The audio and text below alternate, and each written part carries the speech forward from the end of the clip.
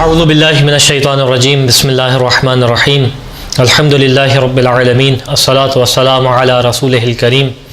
وعلی اہل بیتہ الطیبین الطاہرین المعصومین اللہم صلی علی محمد وآل محمد۔ خداوند متعال کا احسان ہے، اس کا شکر ہے، اس کی نعمت ہے کہ اس نے ہمیں ماہ محرم کے پاکیزہ ایام کو درک کرنے کی توفیق عطا فرمائی اور ان ایام میں حسین ابن علی کو یاد کرنے کی توفیق عطا فرمائی۔ یقیناً جب یہ ایام آتے ہیں تو ایک انتہائی مشہور و معروف روایت ہے جو کہ آپ نے سنی ہوگی کہ ابن شبیب کر کے، جو کہ ریان ابن شبیب نے امام رضا علیہ السلام سے نقل فرمائی ہے، جس سے مختلف موقعوں پہ مختلف اس کے اجزاء کو پیش کیا جاتا ہے۔ اب کیونکہ روایت طویل ہے تو عادتاً طریقہ کار یہ ہے کہ منبر کے اوپر اس کو مکمل بیان نہیں کیا جاتا اور اس وجہ سے یہ روایت مکمل نہیں پہنچتی، لیکن جب اس روایت کا مطالعہ کیا جاتا ہے، اس روایت کو پڑھا جاتا ہے تو احساس یہ ہوتا ہے کہ انتہائی بیش قیمت روایت ہے اور اس کے مطالب انتہائی گراں قدر ہیں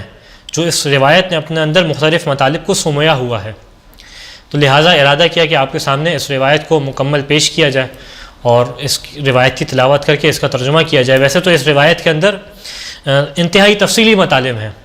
اور ہر جملے کے اوپر ایک طویل گفتگو کی جا سکتی ہے، لیکن ارادہ یہ ہے کہ پوری روایت کو پیش کیا جائے، تو لہٰذا صرف اس چیز پہ اختصار کریں گے کہ روایت کو آپ کے سامنے پڑھ کے سنائیں۔ اچھا، ایک اور چیز اہم ترین وہ یہ کہ روایت جو بیان کر رہے ہیں وہ ہے ریان ابن شبیب، یہ 8ویں امام اور 9ویں امام کے اصحاب میں سے شمار کیے جاتے ہیں اور ان کے بارے میں آیت اللہ خوئی نے اپنی رجال میں بیان کیا کہ ان کی فضیلت کے لیے یہ بات کافی ہے کہ 9ویں امام جواد امام محمد تقی علیہ السلام نے خاص ان کے لیے دعا فرمائی تھی۔ یہ ان کی فضیلت کے لیے، ان کی اہمیت کے لیے بیان کرنے کے لیے کافی ہے۔ روایت کا آغاز ہوتا ہے کہ ریان ابن شبیب جو ہے امام کی خدمت میں پہلی محرم کے دن حاضر ہوتے ہیں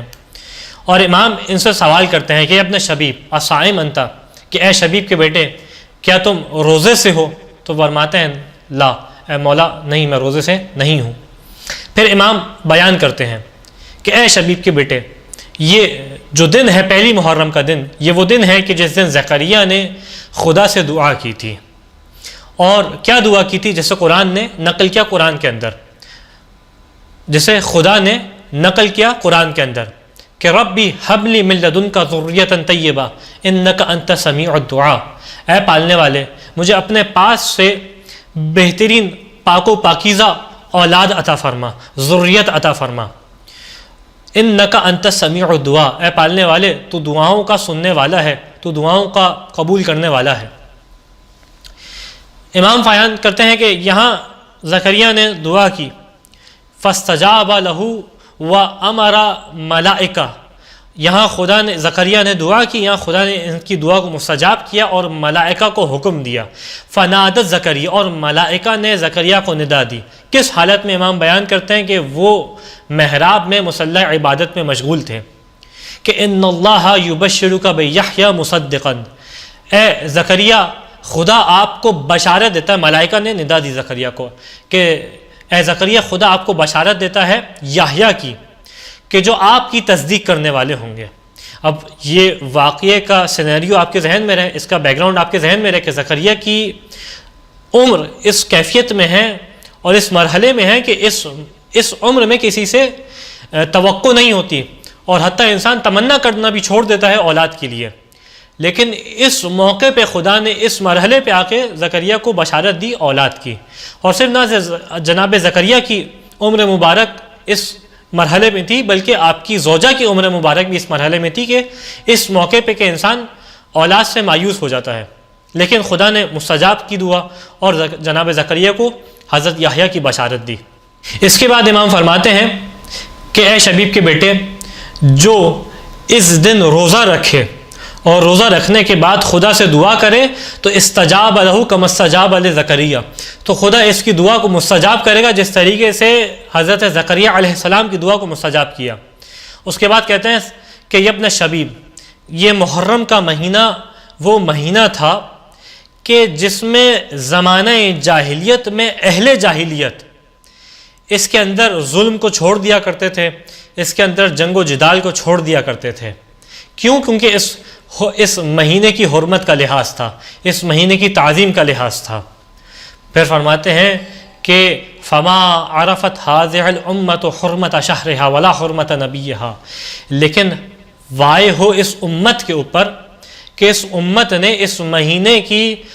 عظمت کو نہ درک کیا. اس امت نے نہ صرف اس مہینے کی عظمت کو نہ درک کیا بلکہ اس امت نے اپنے نبی کی حرمت کو بھی درک نہ کیا، اپنے نبی کی حرمت کو بھی نہ پہچانا. لقد قتلوا فی هذا الشهر ذریته وسبوا نساءه، اس امت نے ظلم کی انتہا یہ کی کہ وہ مہینہ کہ جس میں زمانہ جاہلیت میں اہل جاہلیت جنگ و جدال کو اور ظلم کو چھوڑ دیا کرتے تھے، اس امت نے اس مہینے میں اپنے نبی کی ذریت کو قتل کیا، اپنے نبی کی عورتوں کو قیدی بنایا، اور وانتہبوا ثقلہ، اور وہ ثقل عظیم جو اس امت کو خدا نے عطا کیا تھا اس کو ضائع کر دیا. اور یہ وہ گناہ ہے جو امت نے انجام دیا کہ وہ خدا جو غفار ہے، وہ خدا جو تواب ہے، وہ خدا جو رحمان و رحیم ہے،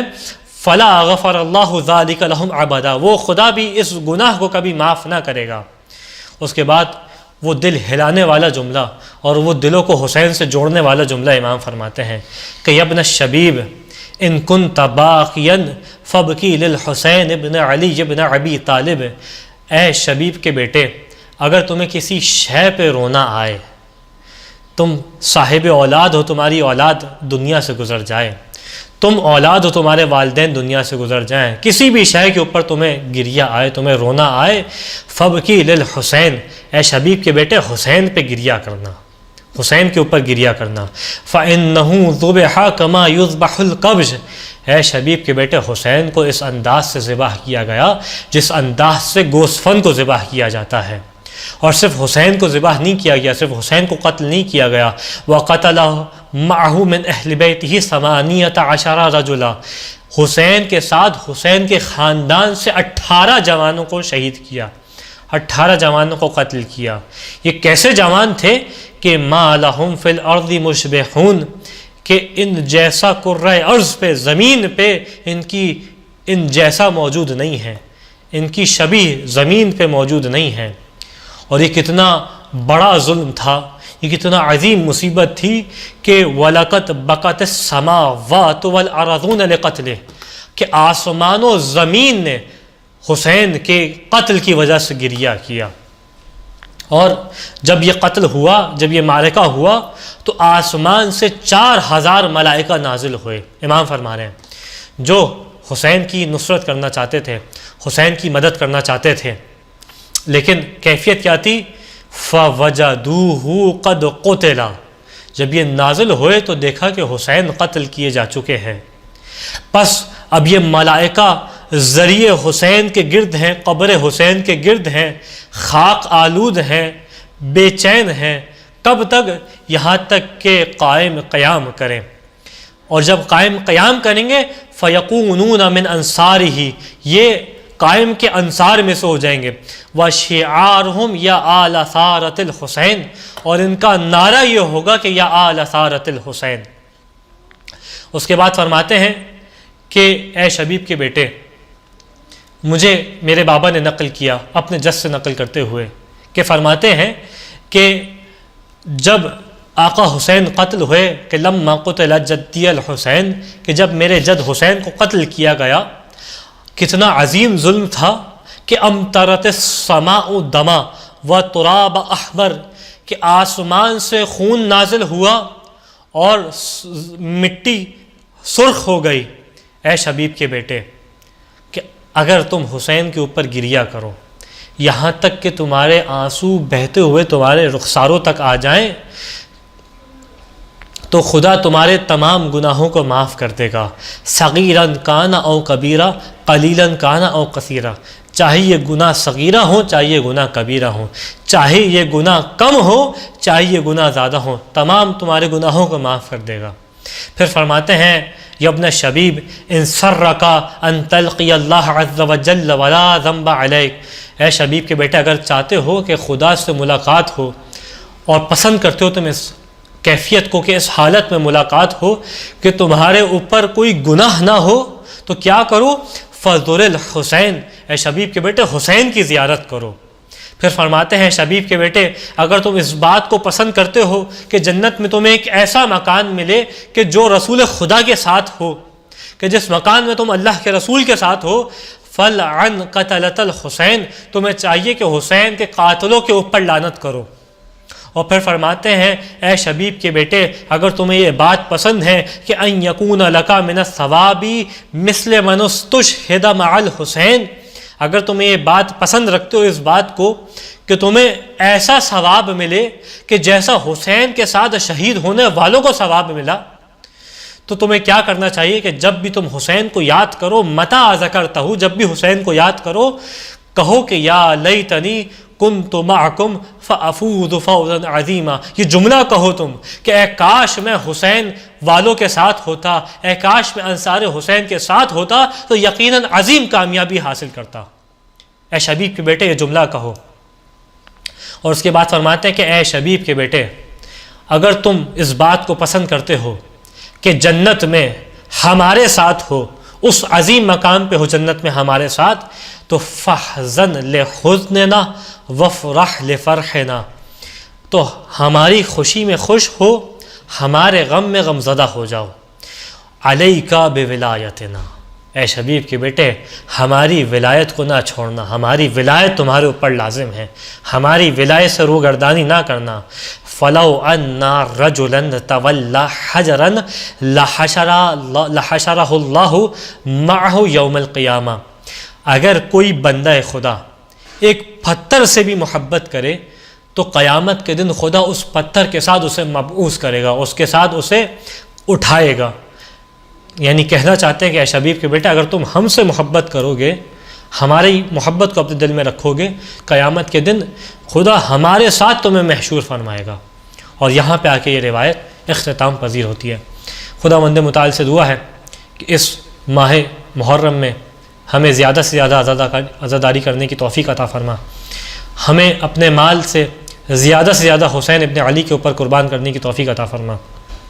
زیادہ سے زیادہ حسین ابن علی کے اوپر آنسو بہانے کی توفیق عطا فرما۔ وآخر الدعوانا الحمد للہ رب العالمین۔